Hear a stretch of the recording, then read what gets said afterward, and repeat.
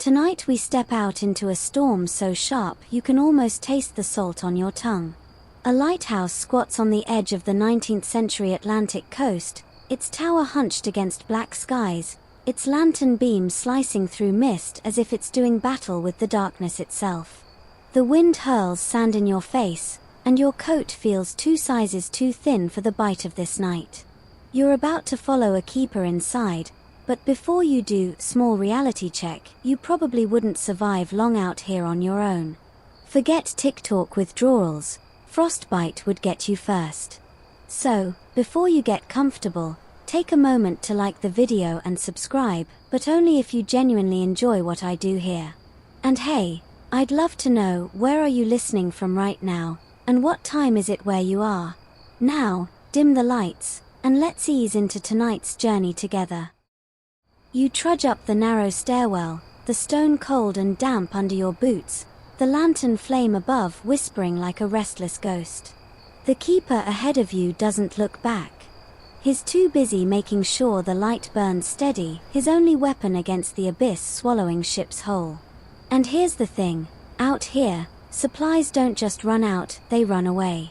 Every nail, every stick of wood, every scrap of fabric has to be earned, begged for, or salvaged. Which is why, in the eerie pause between storms, keepers step down to the beach like hunters, eyes peeled for whatever the ocean decides to cough up. You spot a warped length of driftwood lying half buried in the sand, pale as bone under the moon. It looks useless to you, like the skeleton of a tree that drowned long ago. But the keeper stoops, brushes it off, and cradles it like treasure.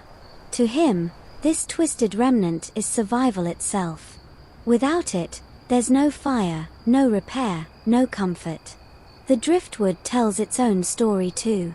Scholars point out that by the 1800s, lighthouses dotted coastlines not just as beacons but as lonely outposts of resourcefulness. Keepers couldn't just hop on Amazon for a replacement broom handle or stove fuel. They learned to live like scavengers, and driftwood was their silent currency. And, fun twist, driftwood often came from halfway across the world. Imagine stirring your morning porridge with a spoon carved from Siberian pine that floated for years before landing here. Inside the keeper's quarters, the fire flickers with the same piece of driftwood you saw moments ago. It hisses as the salt trapped inside burns off, sounding like a basket of angry snakes. The keeper doesn't even flinch, he's used to the wood popping like fireworks at midnight. The glow throws shadows on the walls, long figures twisting and bending until they look almost alive. You could swear one of them winks at you, though maybe that's just the heat making your eyes water. As you lean against the rough table, you realize these men didn't just survive storms, they survived silence. The endless rhythm of the sea could crush your spirit if you let it. That's why driftwood, in all its strange shapes, became more than kindling. It became company. Some pieces resembled animals, or old tools, or even human faces, and the keepers gave them names. You think of modern folks chatting with their smart speakers just to hear another voice, and it's not that different, except here, the Alexa is a knotted branch that looks suspiciously like a sea serpent. Historians still argue whether this habit was born more from necessity or creativity. Did they collect the wood because they desperately needed fuel and repair materials, or did the isolation encourage them to see art and meaning where city folk saw trash? Probably both. But as you trace the grooves of one gnarled fragment on the shelf, you feel a little pang of recognition. Humans have always turned objects into stories when loneliness threatens to swallow them. A funny aside, one 19th century diary mentions a keeper who swore a chunk of driftwood was shaped exactly like Napoleon's hat. He used it as a paperweight until a storm swept it off the desk, which he claimed was the Corsican's final defeat. You can almost hear his laugh echoing through the walls as you imagine him holding court with no one but the sea to listen. Meanwhile, the storm outside hasn't let up. The lighthouse beam keeps sweeping across the black waves, and you feel yourself swaying with its rhythm, almost hypnotized. The walls groan with every gust, as if the tower itself is alive and exhausted. And you realize, in this fragile balance of man, stone, and sea, even the smallest object, a scrap of driftwood, feels like it matters more than gold. The keeper stokes the fire again, adding another crooked limb. Sparks scatter upward like tiny ships breaking free, only to vanish before they reach the ceiling. You catch the faint smile on his face, a smile that says, "We'll make it through this night." We always do. And though you're a visitor drifting in and out of his world, you feel the pull of that quiet resilience. You close your eyes just for a moment, listening to the hiss, the howl, and the slow heartbeat of the lantern above. You imagine yourself as the keeper, waiting for morning, waiting for calm seas, waiting to see what strange treasures the tide will leave at your doorstep when the storm is done. You wake, or at least you think you do, to a soft grey dawn. The storm has passed, and with it, the frantic hiss of last night's fire. The lighthouse walls still creak, like an old man stretching his bones after too much strain. You follow the keeper as he pulls on his heavy boots, the kind so stiff they squeak like barn doors. He mutters something you can't catch, but the gesture he makes toward the shore is clear: time to comb the beach. The air outside bites sharper than coffee. The tide has slunk back, leaving behind a messy trail of seaweed, shells, and waterlogged surprises. The keeper squints as if scanning for gold, though what he's really after is wood. To you, the beach looks like nature's lost and found bin. To him, it's the difference between warmth and frostbite. You trudge behind, boots sinking into the wet sand. It smells of kelp and salt, a perfume that would never make it onto store shelves, though some hipster soap brand would probably try. The keeper stops suddenly, crouches, and digs a pale, barkless branch from the sand. He holds it up like a fisherman with his catch of the day. The wood is feather-light, its edges smoothed as if the ocean had been sanding it for decades. Here's your historical anchor. By the 19th century, keepers depended heavily on driftwood for fuel. Supply ships were supposed to bring coal or timber, but storms, bureaucracy, or sheer forgetfulness meant those deliveries didn't always arrive. Imagine surviving 2 months on your own, counting on that ship, and then it sails right past because the captain thought the weather looked a bit iffy. So, you burn what the sea gives you. And burn it they did. Driftwood, dried by the hearth, fueled stoves that boiled porridge and kettles that steamed endlessly with weak tea. Sure, it sometimes spat sparks across the floor, making every mealtime a potential fire drill, but at least it kept hands from going numb. Without it, the keepers would have turned into human popsicles faster than you can say frostbite. Still, not all driftwood went straight into the fire. Some pieces were too peculiar, too lovely, or too practical to waste on flames. The keeper in front of you tucks one such piece under his arm, a long, knotted shaft perfect for a walking stick or maybe the handle of a broom. You picture him at night, whittling it into shape, the lantern flickering overhead, the knife whispering through the grain. Here's the quirky bit: driftwood wasn't just scavenged for use.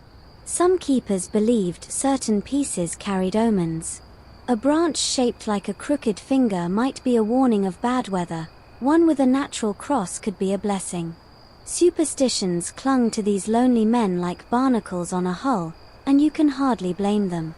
When your only company is the roar of the sea, you start listening to whatever messages it scribbles on your doorstep. You bend down to pick up a piece yourself. It's oddly shaped, like a bent knee, and the keeper eyes it with mild approval. You feel like a kid being graded on seashell selection. It's heavier than you expect, soaked through. You imagine drying it by the fire and then tossing it in, listening to that hiss again, like the wood itself still remembers drowning. Historians still argue whether the keeper's driftwood collections were more about function or fascination.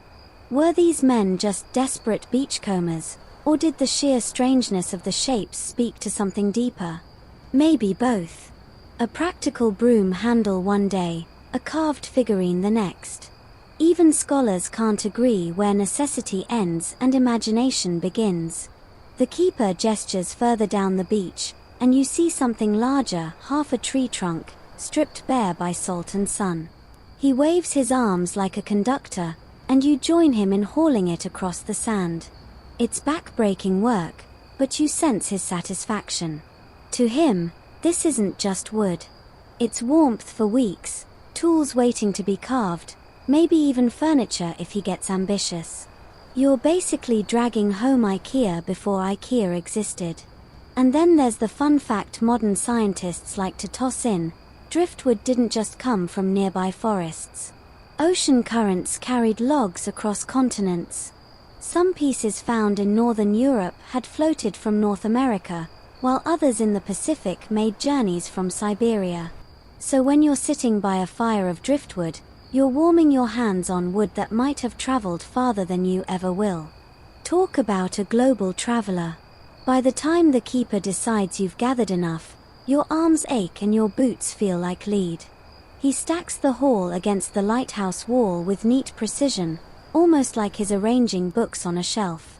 Each piece has potential, each one a silent promise of usefulness. You watch as he pauses, selecting one particular twisted branch. He doesn't toss it onto the pile. Instead, he carries it inside, cradled like a pet. Later that evening, you see why. He's shaved the branch down, revealing a shape that looks almost like a bird mid-flight. He sets it on the sill, where the shadow of the lantern makes it flap across the wall. It's not just fuel anymore. It's company. And you realize, driftwood was the beachcomber's reward not only for survival, but for imagination. The sea gave them fire, but it also gave them stories. The next morning, the fog rolls in so thick it feels like you could scoop it up with a spoon. You step outside with the keeper, and the world is reduced to greys and ghosts. The lighthouse tower disappears just 2 steps behind you, and the beach ahead looks endless, though you know it curves only a short way before vanishing into jagged rocks. The keeper doesn't hesitate, he trudges forward, eyes sharp as a hawk scanning the mist. You find yourself staring down at the sand again, but this time the pieces of driftwood look stranger than ever. Their shapes are exaggerated by the haze, each one a silhouette waiting for your imagination to fill in the blanks. One chunk looks suspiciously like a crouching cat, its tail bent high. Another resembles a twisted human hand reaching upward. You blink, and for a second, you could swear the hand twitches. The fog does things to your mind, like a bad magician with too many tricks. This is the heart of it. Shapes in the fog weren't just idle amusement. For 19th-century lighthouse keepers, they were companions, warnings, and sometimes omens. When you live with silence for weeks, every shadow becomes a stage for stories. A knotted branch might be a horse galloping through waves, while a crooked stick might look like an anchor from a shipwreck. It's a pastime born of necessity, but also a strange form of artistry. Here's the mainstream fact. In this period, keepers often recorded their observations in logbooks. These logs weren't just about weather or ships, they sometimes included odd sketches and doodles. One surviving journal even has little drawings of driftwood shapes the keeper thought resembled local animals, his way of cataloguing the sea's art exhibit. Scholars point out that these sketches were a rare creative outlet in a job defined by repetition and isolation. The keeper with you today seems to follow that same instinct. He picks up a long, curved branch and tilts his head, as if it's whispering something only he can hear. He grins, yes, actually grins, and presses it into your hand. To you, it feels awkward, too heavy at one end. But to him, he nods like you've just been gifted a sword. You squint again, and okay, if you tilt it just so, it does look like a scythe, the blade arcing out of nothing. Here's the quirky tidbit. Some keepers weren't content to just see shapes. They named them. One documented case tells of a keeper who had a whole family of driftwood pieces propped around his quarters. Uncle Jonas was a squat, blocky log, while the widow was a thin, warped stick that leaned dramatically to one side. Imagine sitting at dinner with your co-workers, except your co-workers are sticks that creak when the wind shifts.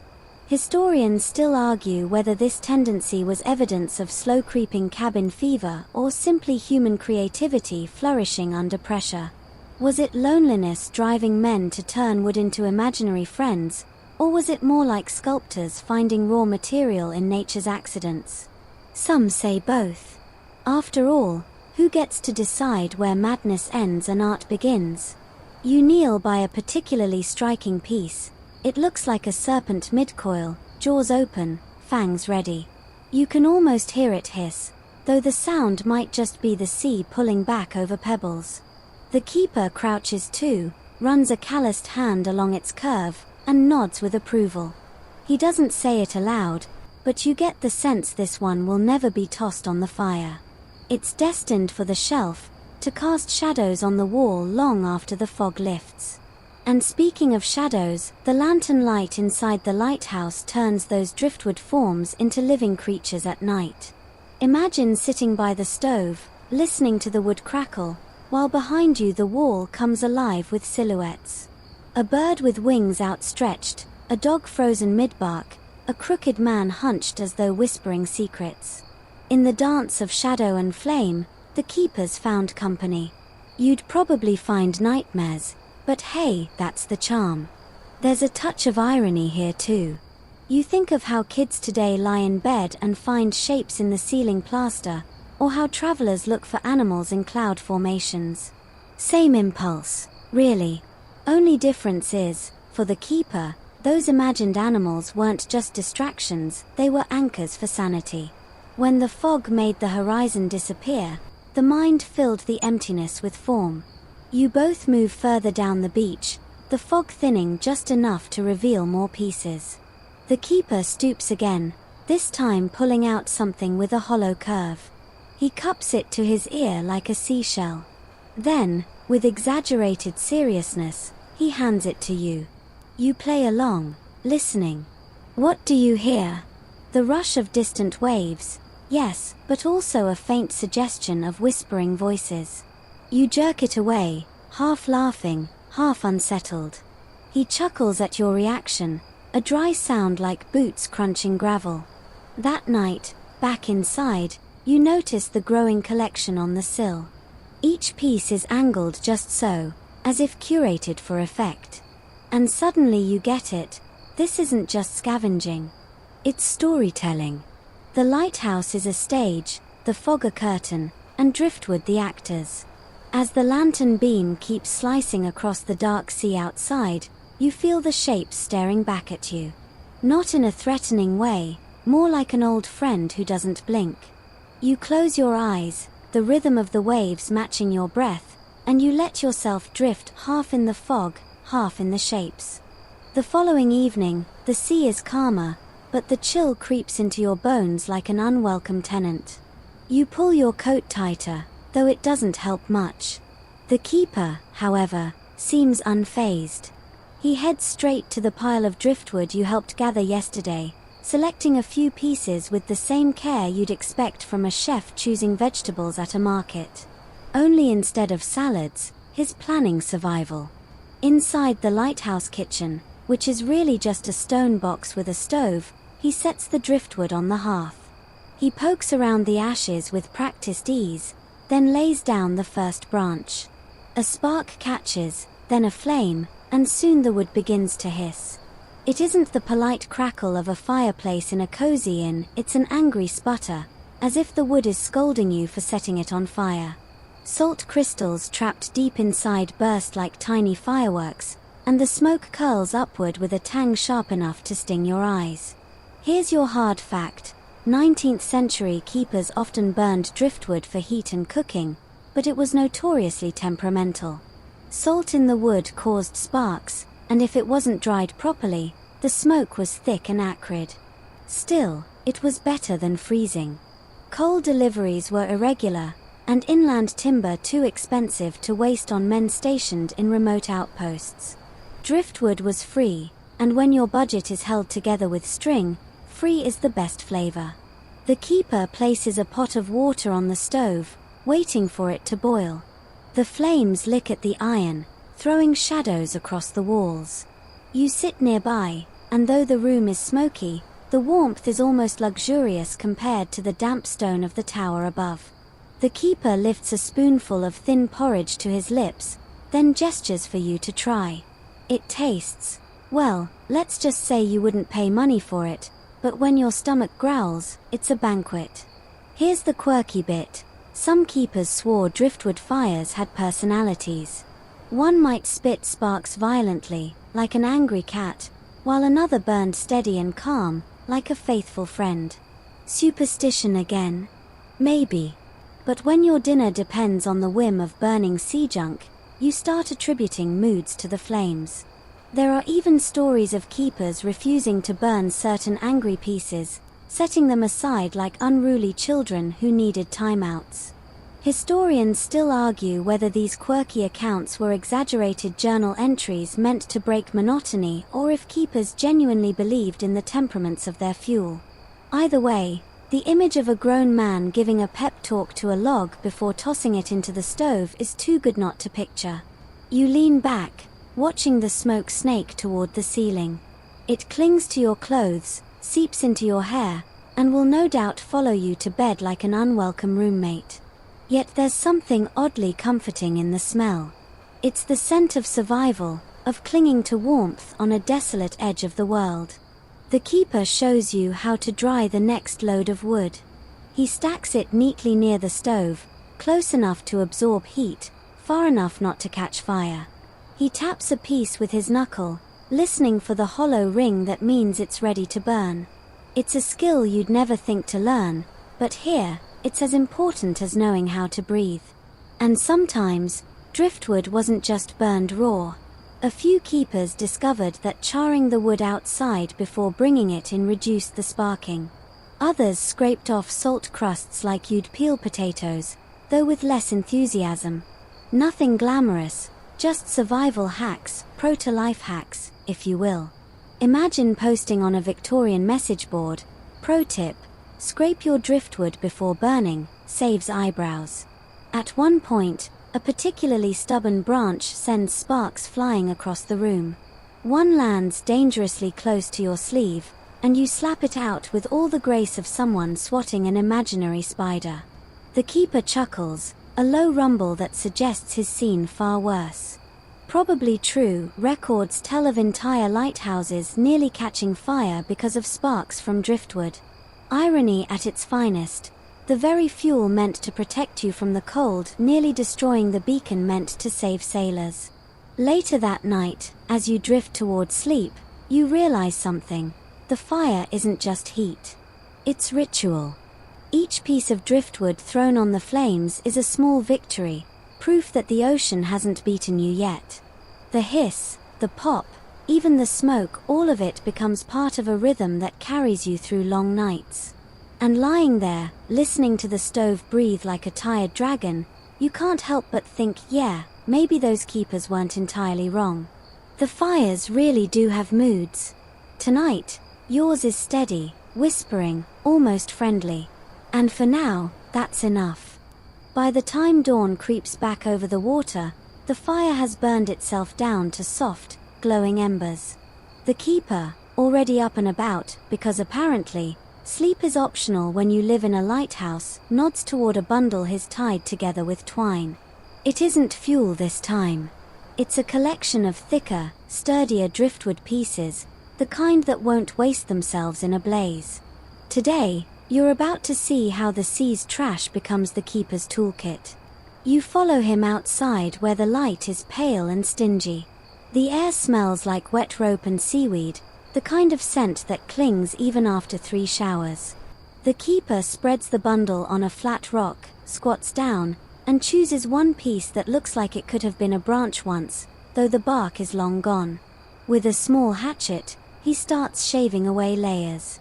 The strokes are slow, methodical, like someone peeling back secrets. Here's your reliable fact. Lighthouse keepers often used driftwood to make small tools and replacements for everyday items. Supply ships brought essentials, sure, but not enough to cover the constant wear and tear. Hooks, broom handles, pegs, and even tool handles were fashioned from whatever wood washed up. Out here, improvisation wasn't a hobby, it was the difference between a working lantern and a disaster at sea. You crouch closer as the keeper carves the branch down to a smoother, rounded shaft. Before long, you realize he's shaping a handle, something to replace the broken broom you saw leaning pitifully against the wall yesterday.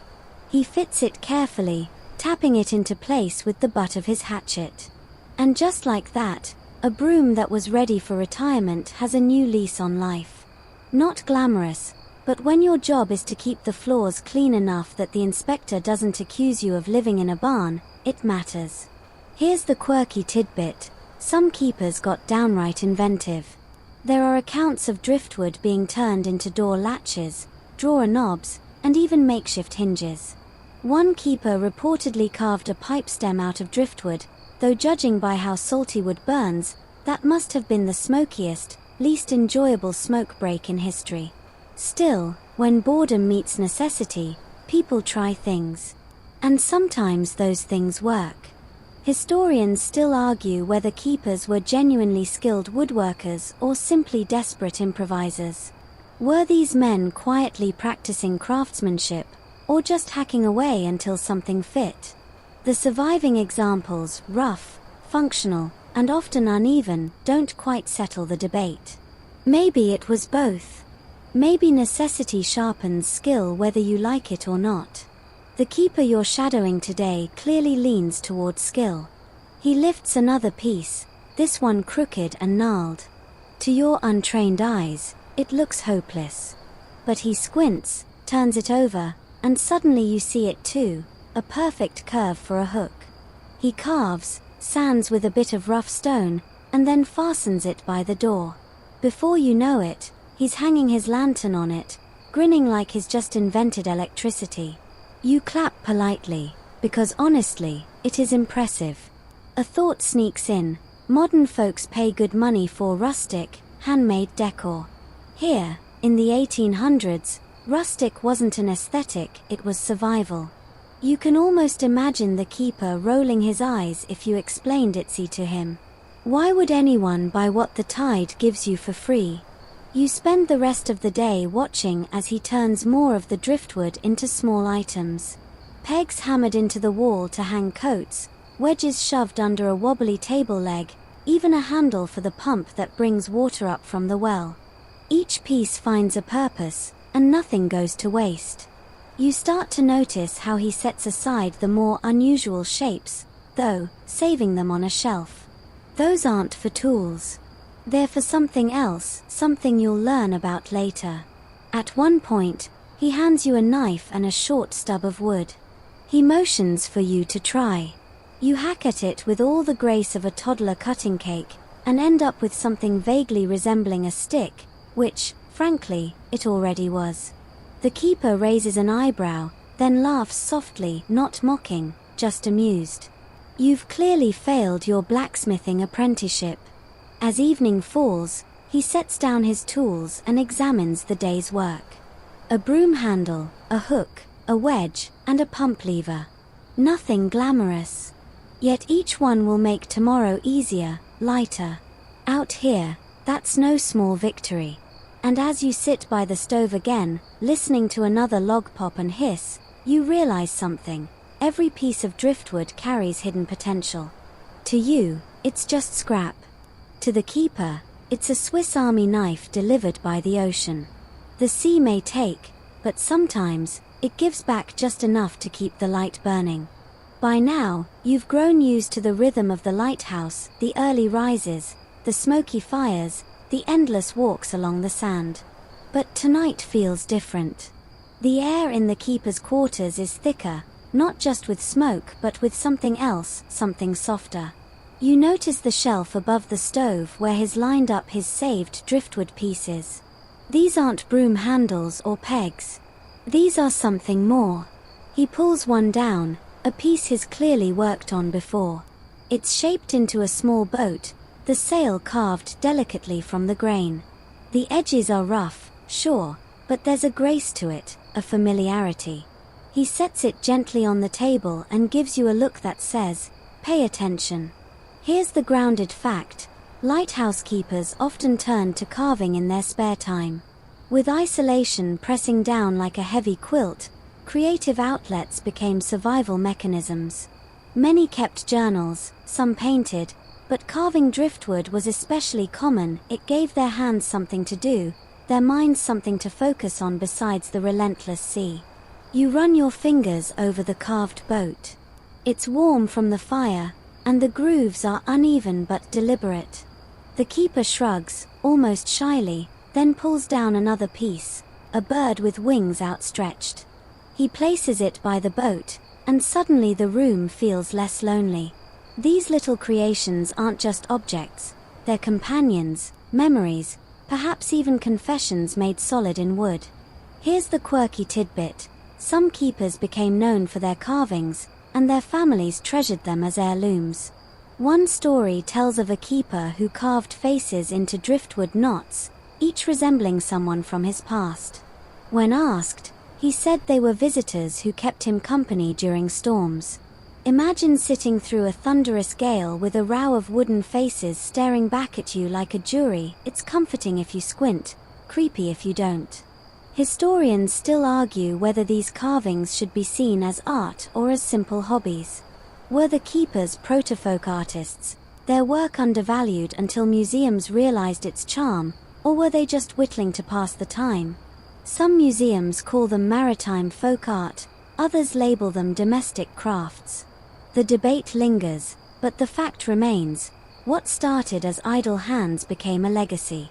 The keeper sharpens his knife on a small whetstone and starts working on a new piece. You sit nearby, mesmerized by the sound scrape, scrape, scrape.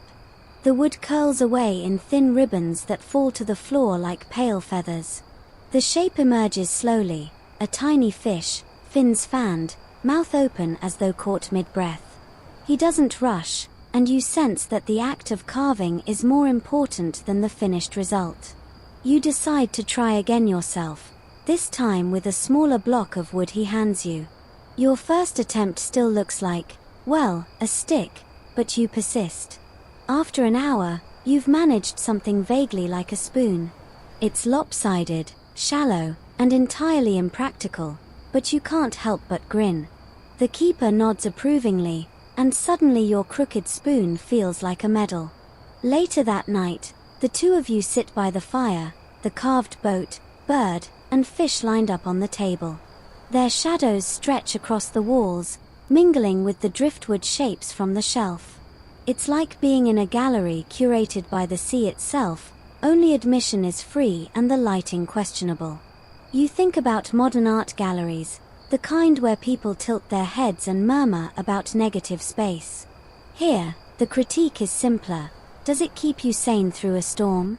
If yes, then it's art enough. The keeper places the fish on the windowsill, right where the lantern light can catch it.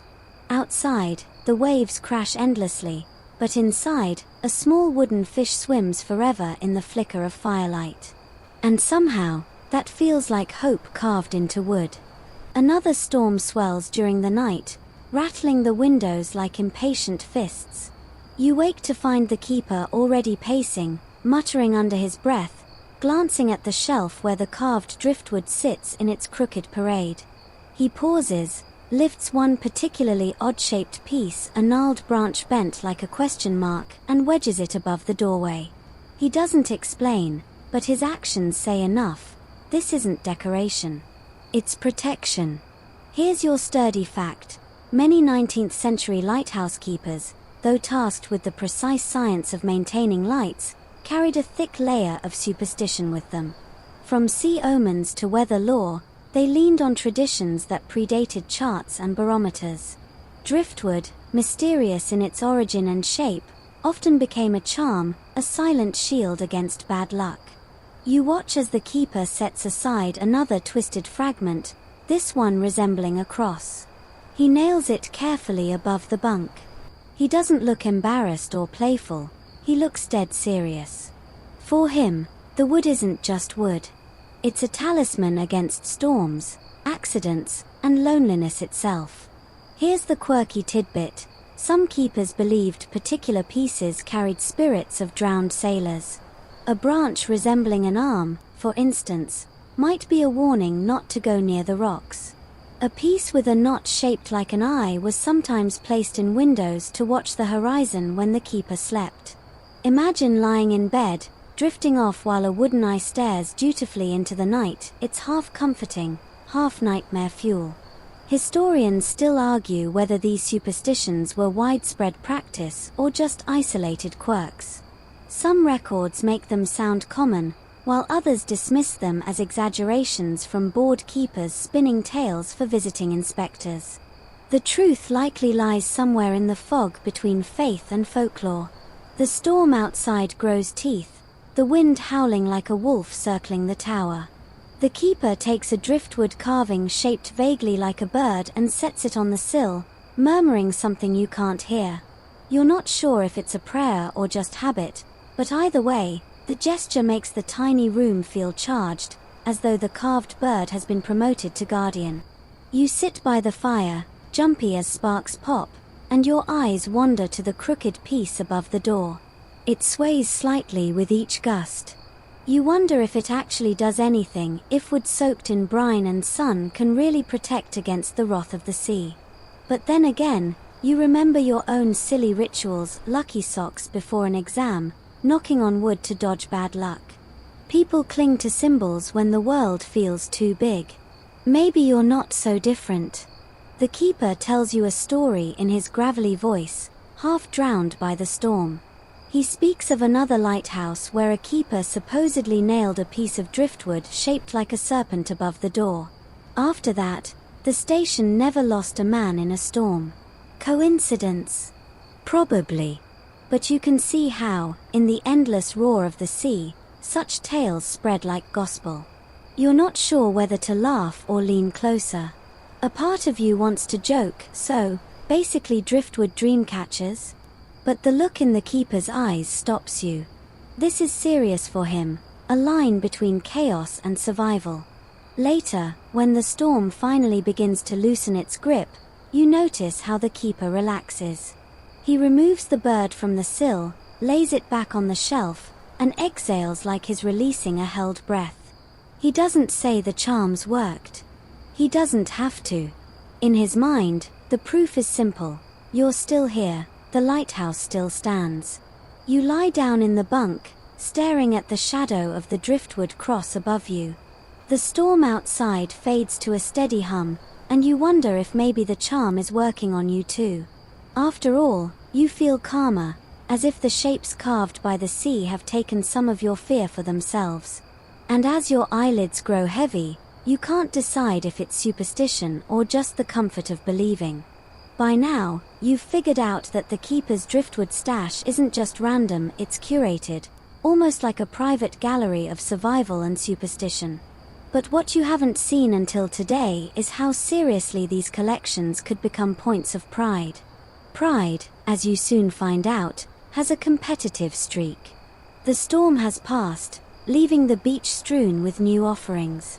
You follow the keeper down, boots squelching in damp sand, when another figure appears through the mist. It's the keeper from the next station up the coast, a man with a bushy beard that could house small wildlife. He's got a burlap sack slung over his shoulder, already bulging with finds. The two men greet each other with a curt nod. There's no handshake, no smile, just the wary courtesy of rivals. You sense it immediately, this isn't a friendly stroll. This is a hunt, and each is eyeing the beach like a chessboard. Here's the grounded fact: lighthouse keepers were often isolated, but neighboring stations sometimes overlapped in territory. Supplies were scarce, and resources like driftwood could spark quiet rivalries.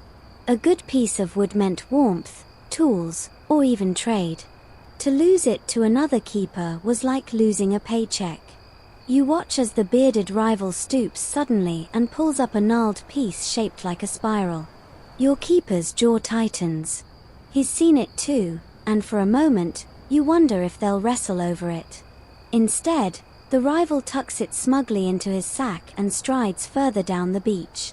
You almost expect him to wink at you just to rub it in. Here's the quirky tidbit. There are documented accounts of keepers competing over the most unusual find. Some even carved initials into their driftwood trophies to prevent swapping or theft. In a lonely life, these contests were a rare outlet for humor and pride. Imagine two grown men holding up driftwood branches and arguing like kids trading baseball cards. No, mine looks more like a dragon than yours. Historians still argue whether such rivalries were widespread or just isolated cases exaggerated in journals. Some suggest the competitive stories were embellished to amuse families back home. Others insist they reflected very real tensions over survival resources. Whatever the truth, you can practically feel the silent contest playing out on this grey morning. Your keeper kneels suddenly and drags up a thick, twisted root. He turns it over in his hands, and you see it, an uncanny resemblance to a human face, the knot forming an eye, the grain curling like a grin. He smirks, holds it up high, and glances at his rival. It's a wordless declaration, checkmate. You laugh softly under your breath. The rival scowls, mutters something about luck, and stomps away with his sack.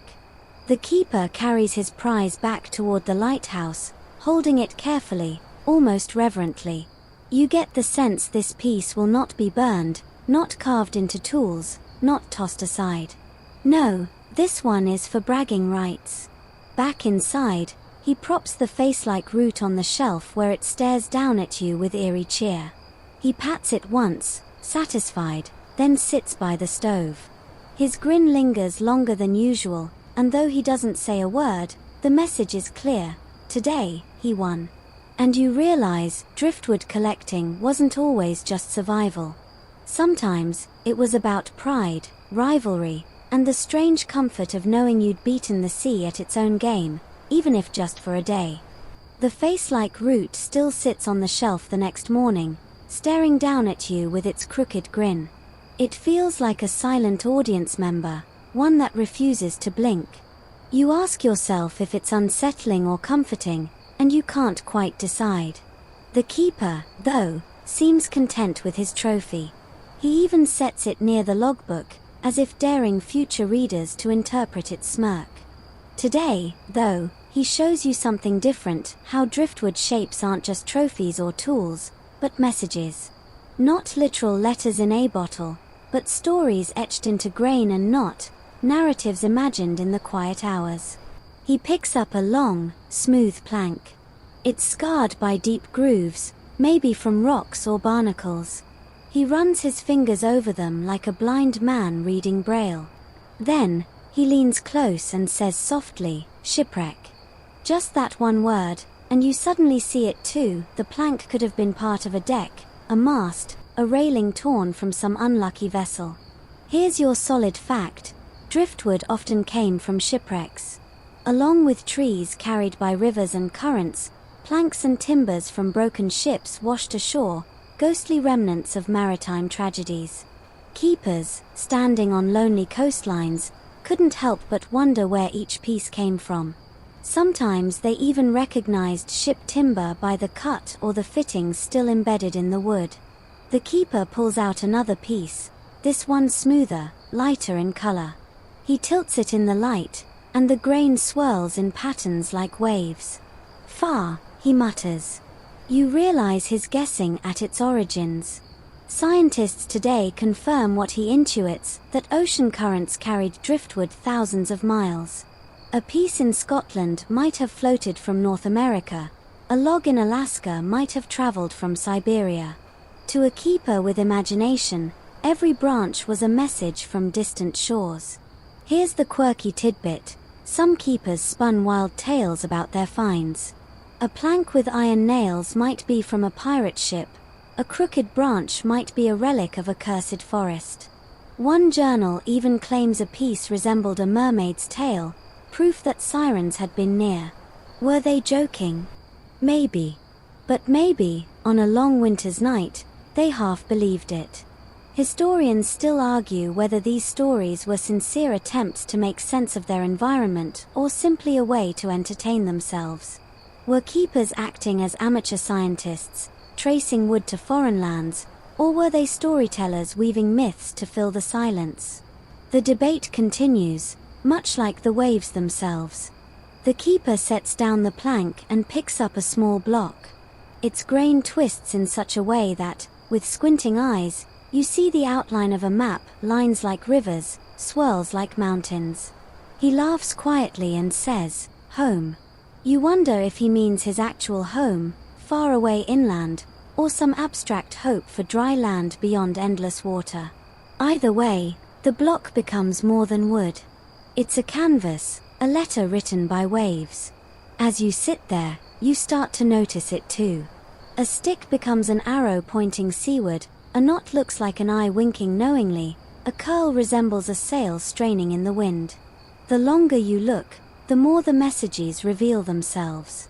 Your imagination becomes as restless as the sea. Later, in the dim lamplight, you picture sailors in far-off lands, trees felled in distant forests, storms splintering ships, and how all those stories wash up here, at the feet of one lonely man in a lighthouse. Driftwood is less a resource now than a library, each piece a book with half its pages missing, waiting for someone to fill them in. You glance at the face-like root again. Tonight, it seems to be smirking less, speaking more, whispering, "I was part of something once. Do you dare imagine what?" And without meaning to, you do.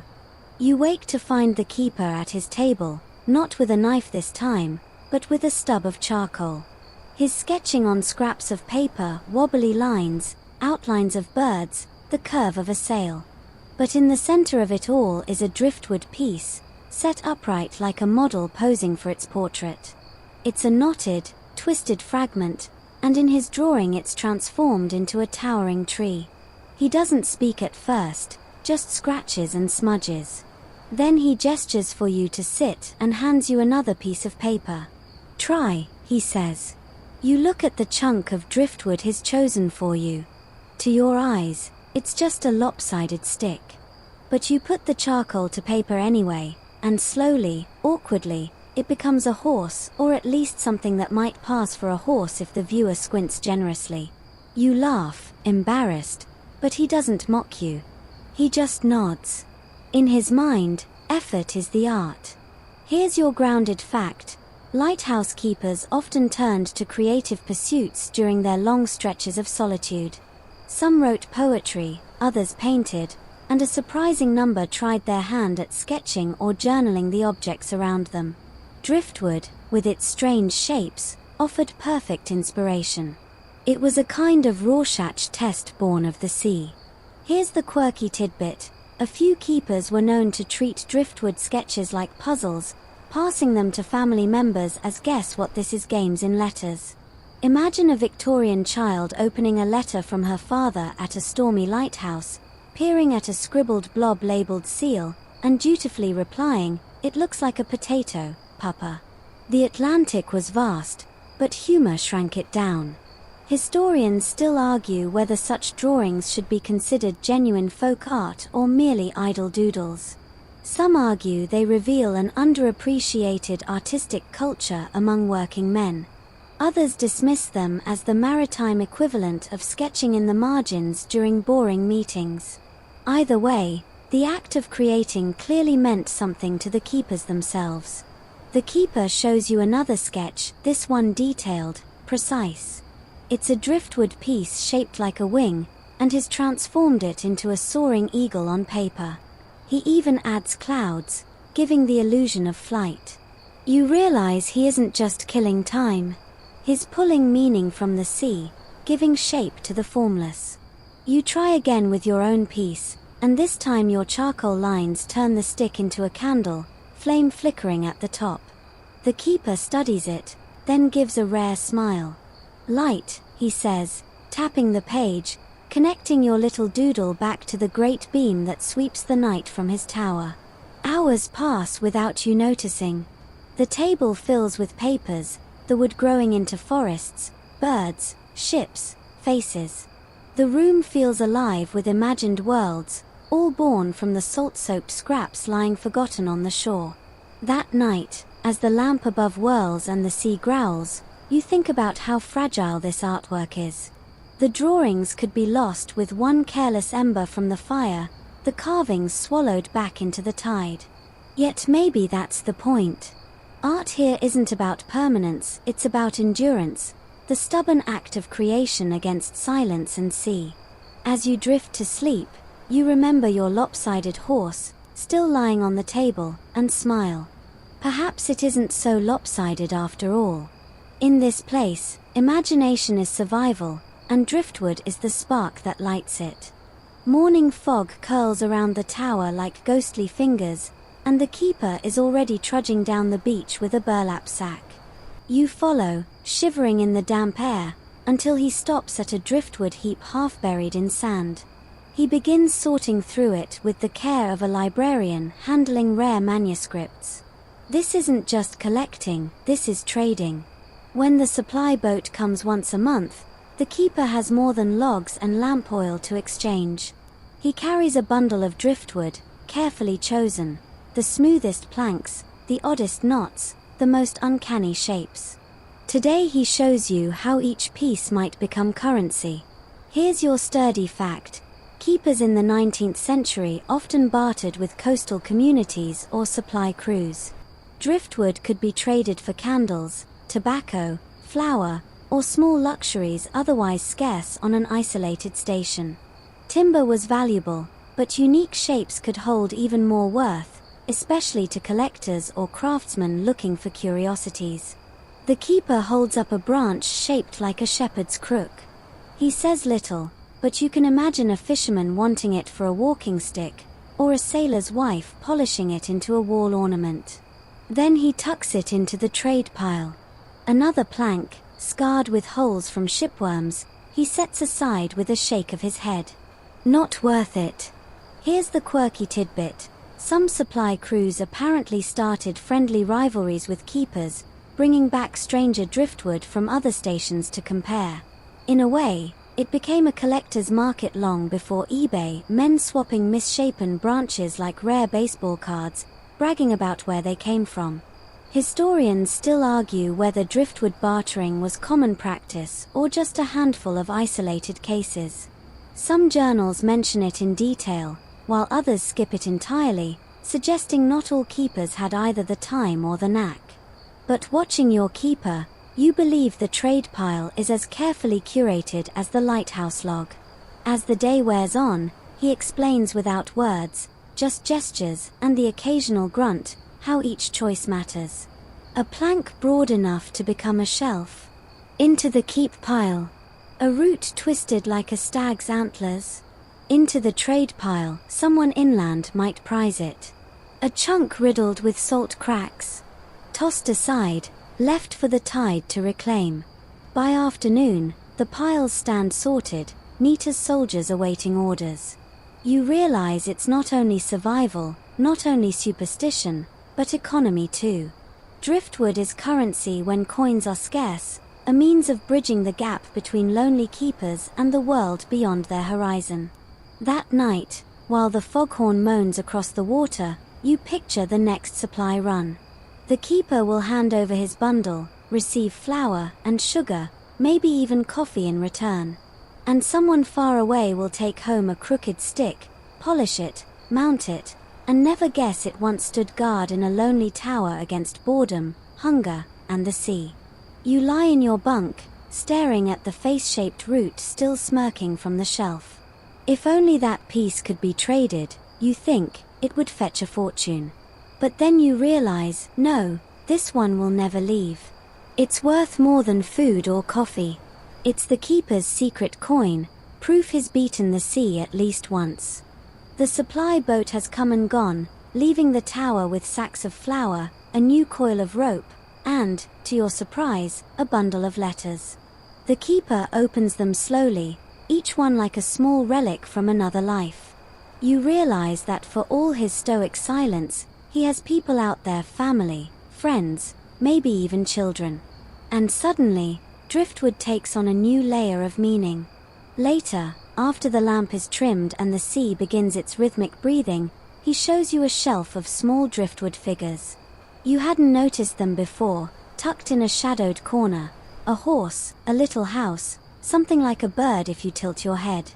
They're crude, but unmistakable. These aren't trophies or trade pieces. These are gifts. Here's your sturdy fact. Many 19th century keepers sent handmade tokens to family, sometimes carved from bone, sometimes from driftwood. It was a way of shrinking the miles, of saying I'm still here without words. These objects might arrive months late, battered from travel, but they carried the touch of the keeper's hand across the sea. The keeper hands you a small piece shaped like a boat, clearly meant for a child. It's rough, but the prow curves upward bravely, and he's even scratched a tiny flag at the stern. He sets it down carefully beside one of the letters, as if the two belong together. You imagine a child opening a parcel, pulling out this crooked little boat, and grinning despite its imperfections. Maybe especially because of them. Here's the quirky tidbit. Some lighthouse families kept driftwood toys for generations, claiming they brought luck. There are accounts of children refusing to part with them, even when they splintered to pieces. One letter mentions a daughter carrying a driftwood doll in her pocket to school, its head worn smooth from worry touching. Historians still argue whether keepers meant these carvings as simple playthings or whether they carried deeper symbolic weight. Were they just toys, or were they talismans, carved from the very sea that threatened to swallow their father's whole? No one can say for certain, though both possibilities feel true. The keeper lights his pipe and stares at the little horse figure, its legs uneven, one shorter than the rest. He chuckles, a rare sound, and mutters, "Runs anyway." You realize he isn't just carving for others, he's carving for himself too. Every crooked bird or clumsy horse is proof that he can shape the world, even if only in miniature. As the night deepens, you picture homes across the coast, mantels lined with driftwood gifts, a crooked candlestick, a toy boat, a bird with one wing too long. Each one a thread between the isolation of the tower and the warmth of family firesides. The thought softens the loneliness of the lighthouse. You glance at the shelf again before bed, at the odd little parade of animals and houses. They seem to keep watch alongside the lamp, guardians carved from wreckage, bearing stories of love tucked inside their knots. And as you close your eyes, you think maybe this is the real purpose of driftwood collecting. Not just survival, not just rivalry or art, but the simple, stubborn act of remembering you're not alone. By now, the shelf of driftwood has become more than decoration. It feels like an extra set of eyes watching you, each piece whispering its own version of the keeper's story. Tonight, as the sea pounds harder than usual, the keeper sits you down and says only one word: listen. He taps a crooked branch with his knuckle, and you realize he means more than ears. He means memory. He tells you, not in long speeches, but in fragments, that every piece of wood is a reminder of something. The twisted plank reminds him of a storm 5 winters back, when the waves rose higher than the tower's base. The small curled knot recalls a summer morning when the fog lifted suddenly, and for an hour the world was golden. Each driftwood relic becomes a bookmark in his private history. Here's your sturdy fact. Lighthouse keepers often used found objects as mnemonic devices. Journals describe collections of shells, stones, and yes, driftwood, each labeled with a date or event. These were personal archives, a way of preserving memories without words. The keeper points to a lump that looks like a bent elbow. "Brother," he says. You don't ask what he means. Maybe it reminds him of a sibling leaning on a fence back home. Or maybe it's the shape of a gesture he hasn't seen in years. Either way, the wood becomes a tether to the past. Here's the quirky tidbit. One journal describes a keeper who named every piece of driftwood after a relative, arranging them on a shelf as if hosting a family reunion. Imagine Christmas dinner with a knot named Aunt Agnes and a branch named Uncle Tom. Whether it was sentiment or satire, The tradition speaks volumes about loneliness and ingenuity. Historians still argue whether these collections should be seen as genuine memory practices or simply eccentric habits born of isolation. Were keepers archiving their lives through Driftwood, or were they just finding excuses to impose order on chaos? The debate, like the tide, keeps rolling. The keeper taps another piece, one shaped vaguely like a crescent. "Moon," he says, and suddenly you recall the first night you climbed the tower, watching the beam sweep against a pale sliver in the sky. The wood is not just his memory now, it's yours too. Slowly, the collection becomes a shared diary, silent but legible if you know how to read it. Later, as you lie awake, you imagine each stick and plank glowing faintly in the dark, like fireflies of memory. You understand, finally, why the keeper treasures them. Driftwood isn't just wood. It's the sea turned into story, time hardened into shape, memory you can hold in your hand. And as the storm beats on the glass, you think, maybe, years from now, someone else will find your lopsided charcoal horse in a drawer and see not a doodle, but a memory. Driftwood, art, story, it's all the same thing. Proof you were here, proof you mattered, even against the endless roar of the sea. The wind finally eases, leaving the air heavy with salt and quiet. The keeper beckons you down the narrow staircase, out across the slick rocks, and toward a village you hadn't noticed before. It isn't large, just a scatter of cottages and a low church spire, but as you walk past the harbor, you see something strange. Behind glass windows, displayed like rare jewels, are driftwood figures nearly identical to the ones you've seen in the tower. Here's your grounded fact. Several coastal museums and archives today hold collections of lighthouse artifacts, and among them are driftwood carvings made by keepers. Some sit behind glass in maritime museums, others tucked into drawers in local historical societies. What began as a pastime on lonely shores is now preserved as heritage. The keeper stops in front of a window where a crooked bird perches on a polished block.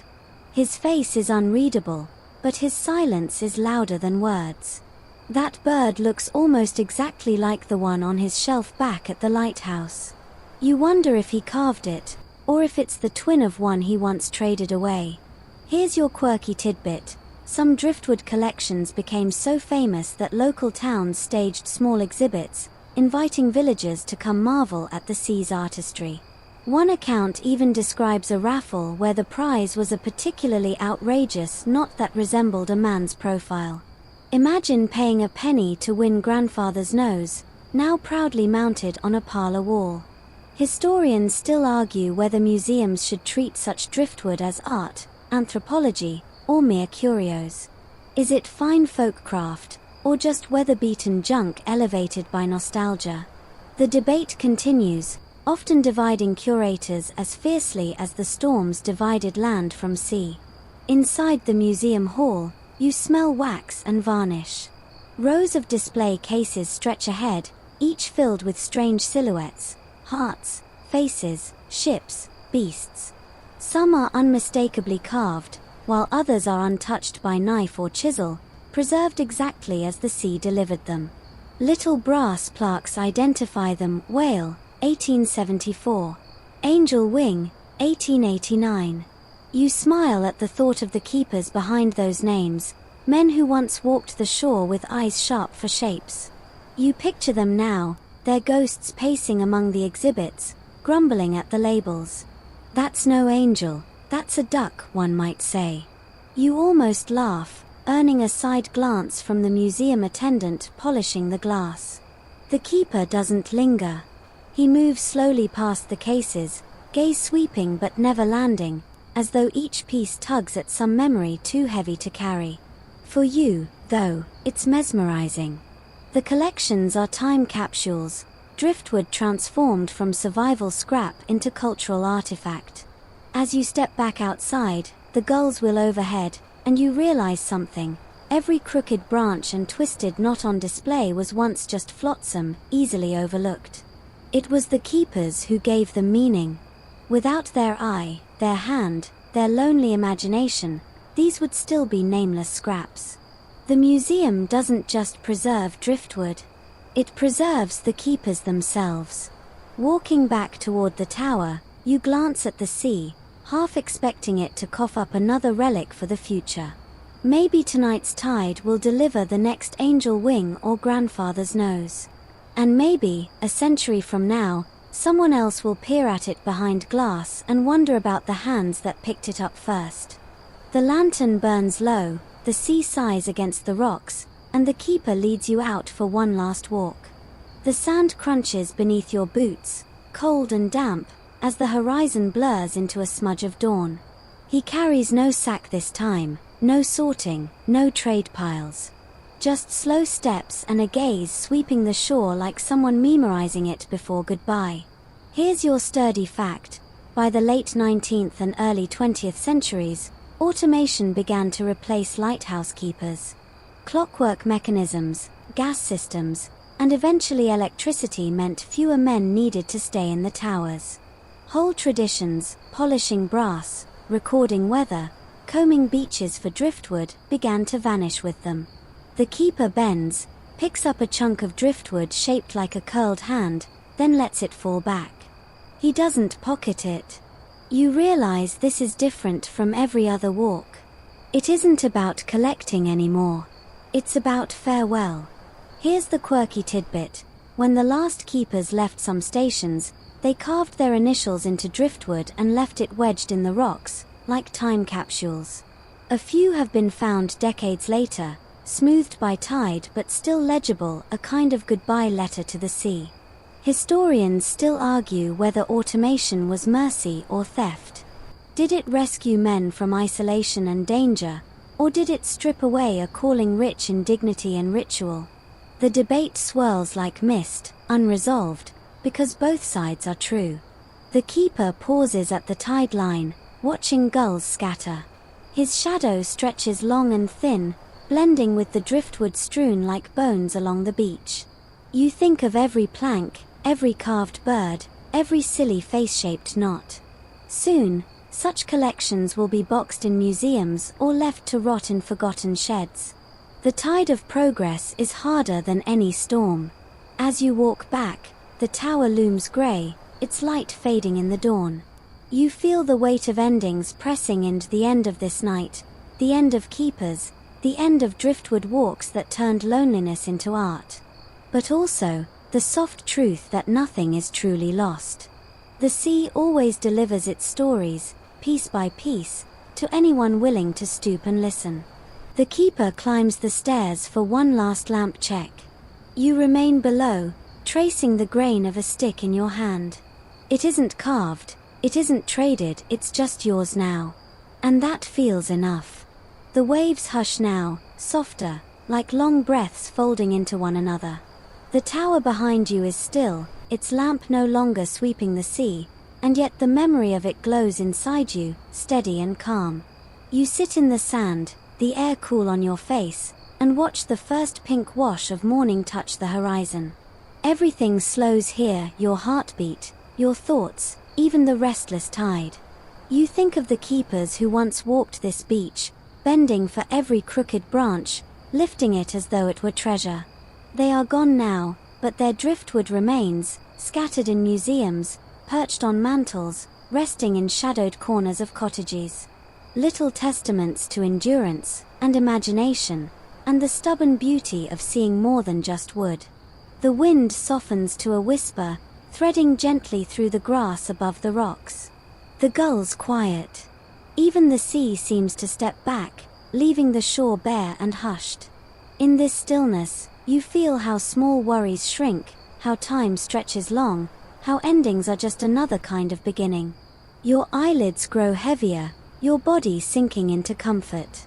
You picture driftwood floating endlessly, polished smooth, waiting to be found again. Just like memory. Just like dreams. So let the light fade, let the sea carry its stories, let the night ease into morning without hurry. You are safe. You are steady. You are drifting gently now, like wood on calm waters, toward quiet rest. And with that, the last light goes out.